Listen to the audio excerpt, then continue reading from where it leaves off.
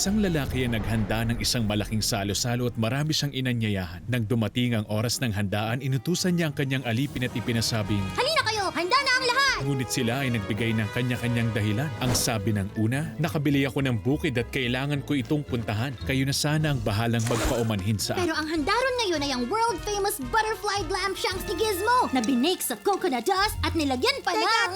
Teka! Gizmo, hindi ka kasama sa parable ng malaking handaan. Hindi yan ang kinuwento sa atin ni Jesus. Walang sinabing ganyan. Ang sabi niya, nagdahilan daw ang mga tao. Tulad ng lalaking bumili ng 5 pares ng baka na kailangan masubukan sa bukid. Tama, at sinabi nung isa bagong kasal siya kaya hindi siya makakapunta. Kaya bumalik ang alipin at binalita yun sa amo niya. Nagalit ang Panginoon at sinabing, pumunta ka kaagad sa mga lansangan at sa makikipot na daan ng lungsod at isama mo rito ang may hirap, mga lumpo, mga bulag at mga pilay.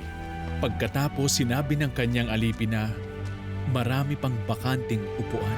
Kaya't sinabi ng Panginoon, pumunta ka sa mga lansangan at sa mga daan at pilitin mong pumarito ang sino mang makita mo upang mapuno ang aking bahay.